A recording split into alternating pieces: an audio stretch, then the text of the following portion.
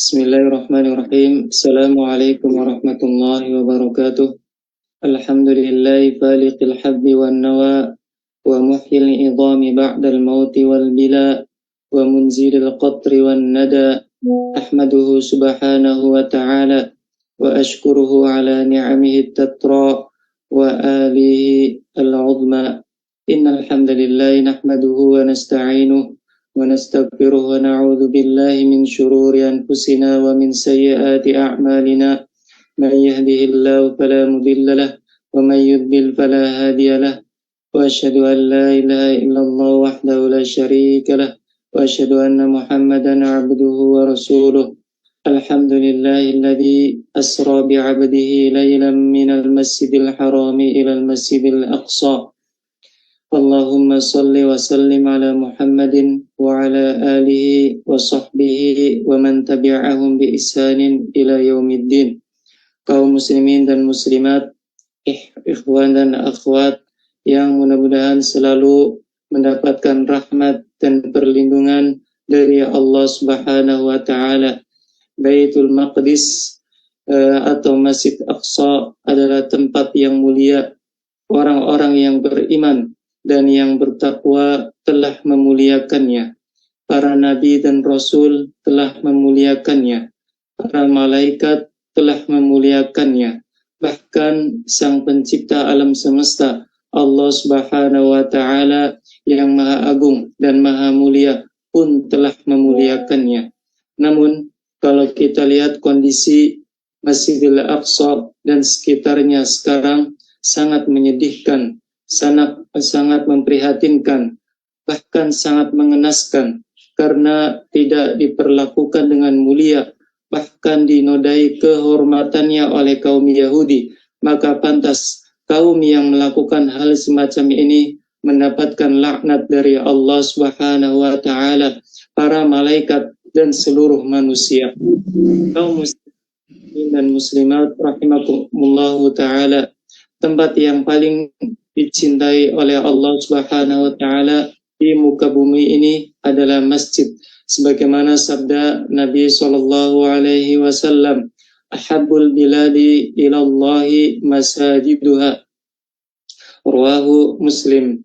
Tempat yang paling dicintai oleh Allah Subhanahu wa taala adalah masjidnya, hadis riwayat Muslim. Apalagi kalau masjid itu menjadi kiblat pertama dalam beribadah umat termulia di dunia ini, yaitu umat Islam, umat Nabi terbaik, yaitu Nabi Muhammad sallallahu alaihi wasallam. Disebutkan dalam Sahih Bukhari dan Muslim bahwa dalam kurun sekitar 16 atau 17 bulan kaum muslimin di zaman Rasulullah sallallahu alaihi wasallam telah mereka menghadap ke mana ketika sholat? Ketika sholat mereka menghadap ke Masjid Aqsa yang ada di Palestina. Hal ini menunjukkan bahwa Baitul Maqdis memiliki kedudukan yang sangat agung dan mulia di sisi Allah pencipta alam semesta. Selain itu, banyak pula kemuliaan-kemuliaan, keistimewaan-keistimewaan yang dimiliki oleh Baitul Maqdis baik dalam Al-Quran maupun As-Sunnah An-Nabawiyah. Di antaranya yang pertama, Masjid Aqsa, tempat singgah Isra Mi'raj Nabi Muhammad sallallahu alaihi wasallam. Peristiwa Isra Mi'raj adalah momen yang sangat penting, adalah momen yang sangat bersejarah bagi umat Islam. Dalam perjalanan yang sangat luar biasa ini, Nabi Muhammad sallallahu alaihi wasallam sebelum dinaikkan oleh Allah Subhanahu wa taala ke atas langit, Allah singgahkan dulu kemana? Ke Baitul Maqdis atau Masjid Aqsa. Hal ini menunjukkan bahwa tempat ini memiliki kemuliaan khusus. Allah Subhanahu wa taala berfirman dalam Al-Qur'anul Karim, Subhanalladzi asra bi'abdihi laylan minal masjidil harami ilal masjidil aqsa. Maha suci Allah yang telah memperjalankan hambanya pada suatu malam dari Masjidil Haram ke Masjid Aqsa yang telah kami berkahi sekelilingnya agar kami perlihatkan kepadanya sebagian dari tanda-tanda kebesaran kami. Dalam hadis Rasulullah Shallallahu Alaihi Wasallam pula telah menceritakan bahwa ketika Rasulullah akan dinaikkan ke langit, beliau disinggahkan pula di Baitul Maqdis, sebagaimana ada di Sahih Imam Muslim. Beliau berkata, maka aku segera menungganginya, yaitu apa Buraq, sehingga sampai ke Baitul Maqdis. Itu dia. Lalu Rasulullah Shallallahu Alaihi Wasallam bersabda lagi, kemudian aku mengikatnya, yaitu Buraq itu pada tiang masjid, sebagaimana yang biasa dilakukan oleh para nabi. Itu diantaranya kemuliaan masjid ini, yaitu Baitul Maqdis, yang mana Allah Subhanahu wa taala sebelum menaikkan Rasulullah Shallallahu Alaihi Wasallam ke atas langit, disinggahkan dulu ke Baitul Maqdis. Yang kedua, Masjid Aqsa dan sekelilingnya adalah negeri yang diberkahi. Di antara simbol keistimewaan sesuatu adalah keberkahan yang ada padanya. Tidak semua sesuatu atau tempat yang ada di dunia ini mendapatkan kemuliaan dari Allah Subhanahu wa taala dengan diberi keberkahan kepadanya. Namun dari firman Allah Subhanahu wa taala yang telah disebutkan tadi sudah jelas bahwa Allah Subhanahu wa taala menjadikan Masjid Aqsa dan sekitarnya negeri yang berkah. Sebagian ahli tafsir dalam kitabnya menyebutkan kenapa Baitul Maqdis itu mendapatkan keberkahan, karena di sana disebutkan banyaknya sungai, banyaknya pohon, serta banyaknya buah-buahan. Bukan itu saja, karena kalau kita lihat Indonesia pun banyak sungainya, banyak pohonnya dan buah-buahan. Namun ada tambahan dari Imam Mujahid rahimahullahu ta'ala, negeri itu berkah karena tempat tinggal para nabi, tempat turunnya para malaikat, dan tempat turunnya wahyu dari Allah Subhanahu wa ta'ala. Yang ketiga, di antara keistimewaan kemuliaan Masjid Aqsa, Masjid Aqsa berada di negeri yang suci. Allah Subhanahu wa ta'ala Zat yang maha suci, dan kesucian suatu negeri adalah simbol dari kemuliaan Allah Subhanahu wa ta'ala. Di antara negeri-negeri yang disucikan oleh Allah Subhanahu wa ta'ala selain Makkah Al-Mukarramah dan Al-Madinah An-Nabawiyah, disebutkan pula adalah Baitul Maqdis. Hanya umat yang bisa menyucikan Allah sajalah yang berhak untuk menempati negeri yang suci ini. Tercantum dalam Al-Quranul Karim bahwa Baitul Maqdis berada di negeri dengan sebutan Al-Ardul Muqaddasah, yaitu negeri yang suci. Ada di surat Al-Ma'idah. Begitu pula dalam hadis Rasulullah Shallallahu Alaihi Wasallam yang diriwayatkan oleh Imam Bukhari dan Muslim, bahwa Rasulullah Shallallahu Alaihi Wasallam bersabda, Musa alaihissalam ketika akan wafat minta kepada Allah Subhanahu Wa Taala agar diwafatkan dekat dengan negeri yang disucikan, yaitu Baitul Maqdis. Itu menunjukkan bahwa negeri ini adalah negeri yang suci. Yang keempat, Masjid Aqsa adalah masjid kedua yang dibangun di muka bumi ini. Biasanya kalau nomor satu itu sudah jelas bahwa itulah yang termulia. Namun kalau nomor dua tidak luput pula dari kemuliaan ataupun luput dari keistimewaan. Dalam Sahih Bukhari dan Muslim disebutkan bahwa Abu Dzar Al-Ghifari radhiyallahu anhu bertanya kepada Rasulullah sallallahu alaihi wasallam, wahai Rasulullah, masjid apakah yang pertama kali dibangun di permukaan bumi?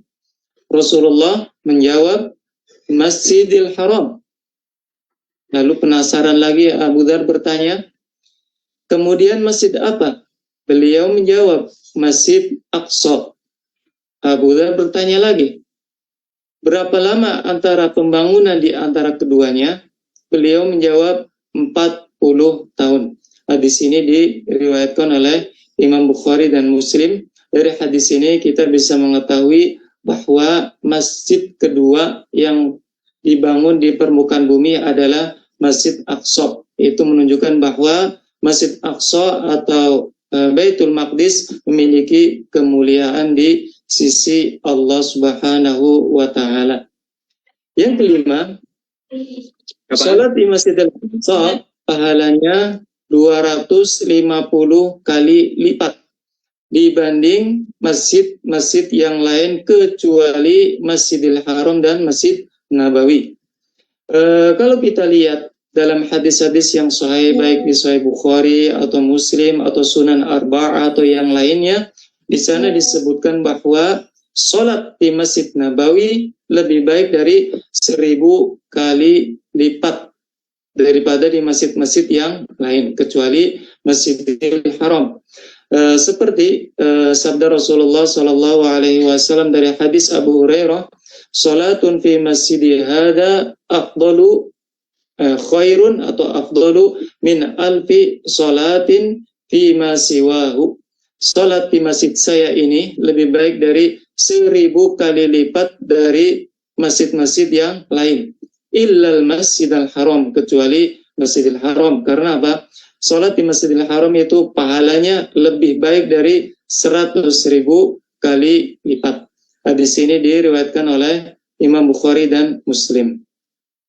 Lalu mana hadis yang menunjukkan bahwa di salat di Masjidil Aqsa itu pahalanya 250 kali lipat? Ada diriwayatkan oleh Imam Ahmad dalam musnadnya dan pula diriwayatkan oleh Al-Hakim dalam kitab Al-Mustadrak. Rasulullah Shallallahu Alaihi Wasallam bersabda,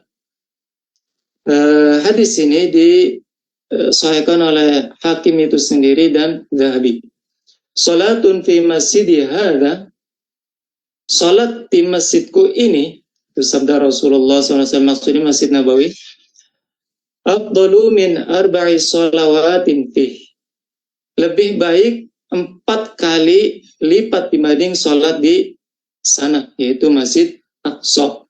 Di sini diriwayatkan oleh Imam Hakim dan lainnya seperti Imam Ahmad, dan berkata Syekh Al-Albani, hadis yang paling sahih yang mencantumkan atau menyebutkan keutamaan salat di Masjid Aqsa dalam hadis ini. Jadi hadis-hadis yang lain itu sangat lemah sekali. Seperti contohnya 1000 kali lipat ada, tapi hadisnya lemah. Dan ada pula yang 500 kali lipat, itu pula hadisnya lemah. Yang paling sahih adalah 250 kali lipat. Lalu berkata Ibnul Mulaqin dalam kitabnya Al-Badrul Munir, ini menunjukkan, ya, ini hadis ini, bahwa sholat di Baitul Maqdis pahalanya 250 kali lipat. Karena 4 kali lipatnya itu 1000. Itu sholat di Masjid Nabawi. Yang keenam, di antara keistimewaannya, sholat di Masjid Aqsa bisa menghapus dosa-dosa. Hal ini sebagaimana dalam hadis yang diriwayatkan oleh Imam Nasai dan Imam Ibnu Majah, bahwa Rasulullah Shallallahu Alaihi Wasallam bersabda ketika Sulaiman bin Dawud alaihissalam selesai membangun Baitul Maqdis, ia meminta kepada Allah Subhanahu Wa Taala 3 hal. Yang pertama, hukum yang sesuai dengan hukumnya, yaitu hukum Allah Subhanahu Wa Taala. Yang kedua, kerajaan yang tidak dimiliki oleh orang-orang setelahnya, dan tidak ada seorang pun, permintaan yang ketiga ini yang kami maksud, yang mendatangi masjid ini kecuali untuk sholat di dalamnya, melainkan akan diampuni dosa-dosanya. Cuman itu saja tidak, menjadi bersih sebagaimana bayi yang dilahirkan oleh ibunya. Masya Allah, ini sungguh luar biasa keutamaan sholat di Masjidil Aqsa. Lalu beliau bersabda, setelah menyebutkan 3 hal ini, 2 perkara yang pertama telah dikabulkan, dan aku berharap yang ketiga juga telah diberikan. Semoga Allah mengampuni dosa-dosa kaum muslimin yang telah sholat di sana. Yang ketujuh, Masjid Aqsa merupakan salah satu dari 3 masjid yang disyariatkan bersafar ke sana. Untuk apa? Beribadah di dalamnya.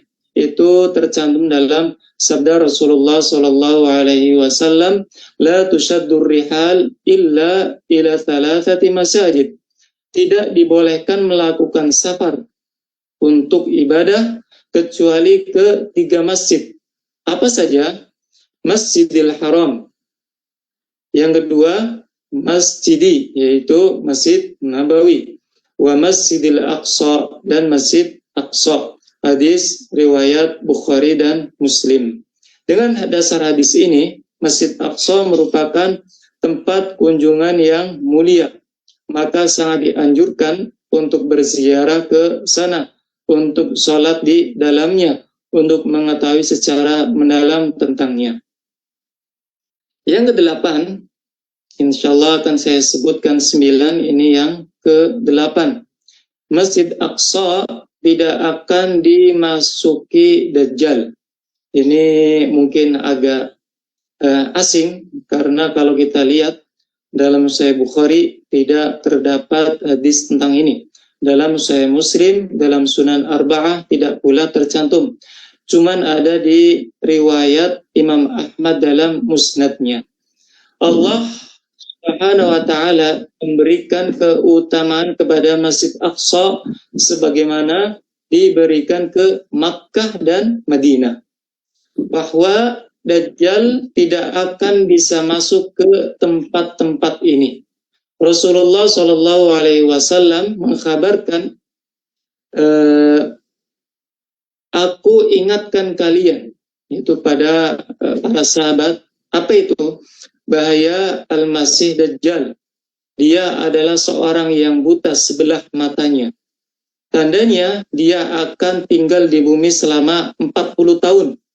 Kekuasaannya akan mencapai semua tempat kecuali, namun dia tidak akan mendatangi 4 masjid, yaitu Masjid Ka'bah, Masjidil Haram, Masjid Rasul, yaitu Masjid Nabawi, Masjid Aqsa, lalu di Tursina. Hadis yang diriwayatkan oleh Imam Ahmad dalam musnadnya dengan sanad yang sahih.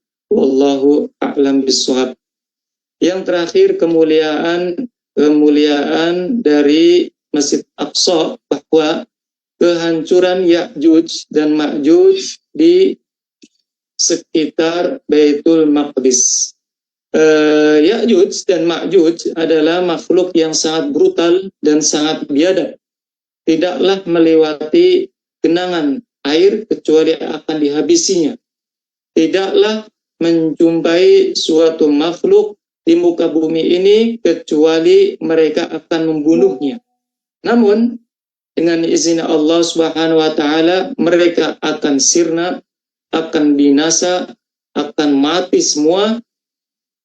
Cuman ada di satu tempat saja, yaitu ada di Baitul Maqdis. Imam Muslim meriwayatkan ini dalam Sahih Muslim, bahwa Rasulullah Shallallahu Alaihi Wasallam menyebutkan tentang Ya'juj dan Ma'juj. Kemudian mereka berjalan, yaitu Ya'juj dan Ma'juj, hingga berhenti di Gunung Al-Khamar, gunung yang ada di Baitul Maqdis. Lalu Isa alaihissalam yang pada waktu itu telah diturunkan dari langit untuk melawan Dajjal dan Ya'juj dan Ma'juj pula, dan para sahabatnya meminta pertolongan kepada Allah Subhanahu wa taala agar apa? Maka Allah mengirimkan ulat ke leher-leher mereka, dan mereka pun tewas ketika sebagaimana kematian suatu jiwa. Ini yang bisa saya sampaikan. Semoga dengan mengetahui keutamaan, keistimewaan ini semakin tumbuh kecintaan kita terhadap Masjidil Aqsa, dan lebih paham pula seberapa pentingnya Baitul Maqdis di mata kaum muslimin. Mudah-mudahan Allah Subhanahu wa taala memberikan ketenangan, memberikan keamanan bagi saudara-saudara kita kaum muslimin yang ada di Palestina, dan mengaruniakan kemerdekaan dari genggaman kaum Yahudi dan kawan-kawannya. Allahumma aslih ahwal al-muslimina fi Palestin wa aslih ahwal al-muslimina fi kulli makan. Faghfir lana warhamna anta maulana fansurna ala qaumil kafirin.